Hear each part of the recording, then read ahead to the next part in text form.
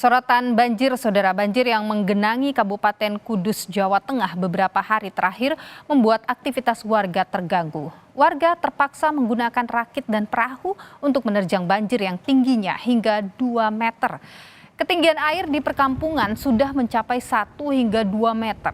Akibatnya warga terpaksa menggunakan rakit dan perahu untuk menyeberangi genangan banjir. Banjir juga merendam sejumlah titik jalan raya di Kabupaten Kudus. Salah satunya di Jalan Lingkar Selatan yang terdapat genangan banjir setinggi 20 hingga 30 cm. Oh. Setelah balik desa, Nggih. wis rendem rong dina iki, Mas. Nah, tesat. Akibat banjir yang kian meluas, ratusan korban banjir di Kudus, Jawa Tengah terus berdatangan ke titik pengungsian yang disediakan pemerintah daerah. Akibat kelelahan, saudara, ada pengungsi yang pingsan hingga harus dievakuasi dari atas truk. Hingga hari ini tercatat sudah lebih dari 1.200 warga mengungsi di 15 titik pengungsian. Mereka terpaksa mengungsi karena ketinggian air terus bertambah.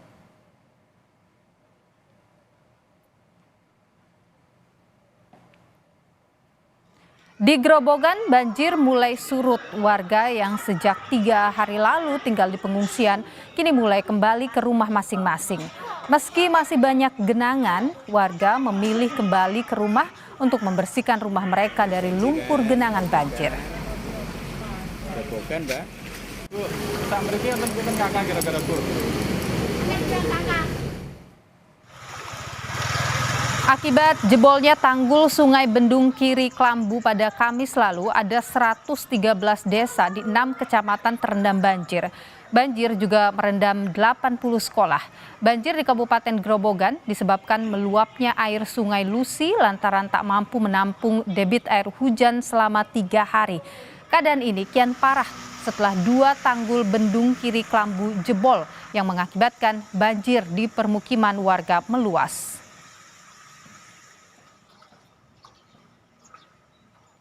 Saudara, untuk mengurangi curah hujan di Jawa Tengah, Badan Nasional Penanggulangan Bencana atau BNPB sejak Sabtu kemarin telah menggunakan teknologi rekayasa cuaca dengan memindahkan hujan di darat ke arah lautan.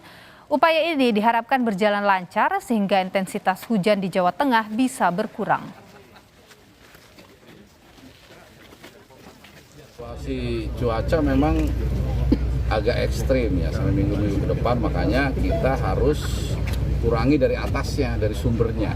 Makanya teknologi modifikasi cuaca itu mudah-mudahan ini bisa efektif ya, jadi mengalihkan hujan, jadi hujannya tidak jatuh ke daratan, bisa dibuang ke lautan gitu, sehingga curah hujan yang jatuh ke wilayah pemukiman ini bisa dikurangi.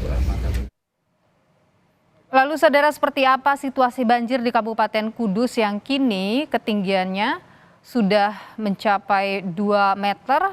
Kita akan tanyakan pada jurnalis Kompas TV, ada Iwan Miftahudin. Iwan, selamat sore. Terakhir ini kan tercatat 29 desa di 5 kecamatan yang terendam banjir. Kalau hari ini sampai dengan Anda melaporkan ini situasinya seperti apa di sana? Ya, selamat sore Niluh dan saudara. Memang intensitas hujan yang cukup tinggi yang terjadi di Kabupaten Kudus beberapa hari terakhir ini membuat sejumlah sungai yang ada di Kabupaten Kudus ini meluap. Karena dari hulu ini air memang cukup debitnya cukup tinggi sehingga meluap dan menggenangi sejumlah perkampungan.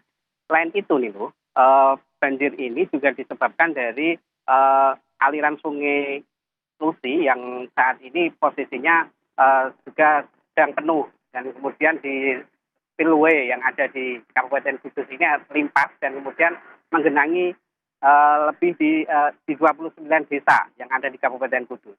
Akibatnya bahwa genangan ini terjadi di perkampungan dengan ketinggian antara 30 hingga 1,5 meter. Bahkan di tempat saya melaporkan saat ini seperti di Desa Jatiwetan, Kecamatan Jati, Kabupaten Kudus ini, ketinggian air mencapai 1 hingga 2 meter. Nah, dengan kondisi ini, sejumlah warga ada yang memilih tetap bertahan di rumah dan sebagian lagi mereka memutuskan untuk mengungsi di tempat-tempat pengungsian yang sudah disiapkan oleh pemerintah daerah.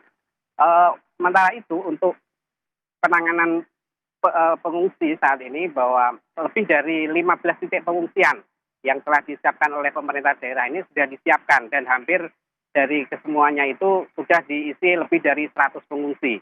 Dan untuk memenuhi kebutuhan logistik para pengungsi, pemerintah juga sudah mendirikan sejumlah dapur umum yang nantinya akan menyiapkan kebutuhan logistik dan kebetulan ini adalah di bulan Ramadan. Jadi kebutuhan logistik ini akan diberikan pada waktu berbuka dan sahur, jadi sore dan pagi hari, seperti itu, Milo. Ya, Iwan, terkait dengan pengungsi tadi, apakah ada yang terdata mengalami sakit? Bagaimana pemberian atau pelayanan untuk kesehatan mereka di pengungsian?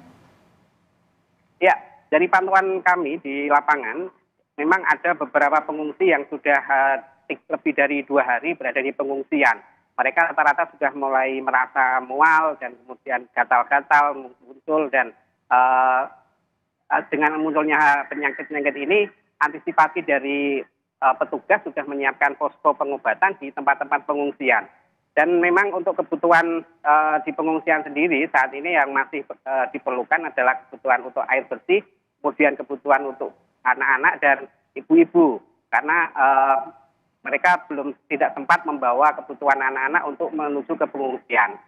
Sementara itu untuk penanganan banjir, hingga saat ini pemerintah Kabupaten Kudus belum bisa berbuat banyak mengingat genangan air yang menggenangi di 29 desa ini masih menunggu kondisi Sungai Lusi dan Sungai Wulan ini debitnya menurun. Karena ketika debit ini masih tinggi, air tidak bisa keluar dan kemungkinan untuk surutnya ini masih belum bisa dilakukan. Seperti itu, Nilo. Baik, Iwan Miftahudin, terima kasih atas informasi Anda, jurnalis Kompas TV.